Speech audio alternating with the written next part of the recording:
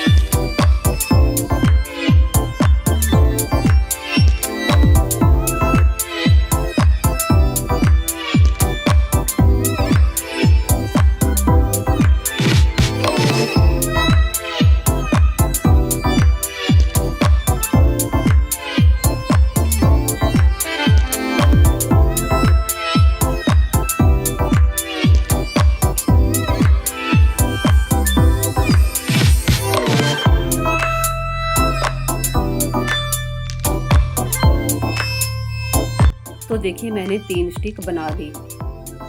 एक फ्लावर बनाने के लिए हमें इस तरह की 3 ही स्टिक चाहिए।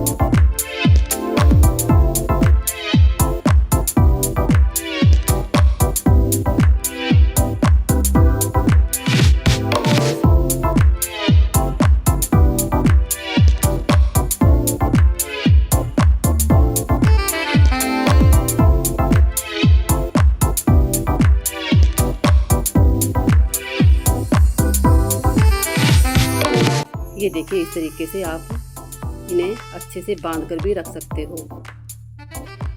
तो अगर आपको ये आइडिया थोड़ा भी पसंद आया हो तो आप वीडियो को ज़्यादा से ज़्यादा अपनी फैमिली और दोस्तों से शेयर करें और चैनल को सब्सक्राइब करना बिल्कुल भी ना भूलें। और आप मुझे एक प्यारा और छोटा सा कमेंट भी ज़रूर करें ताकि मुझे हौसला मिले और मैं आपके लिए अच्छे और यूज़फुल वीडियो लेके आ पाया करूँ। Thank you.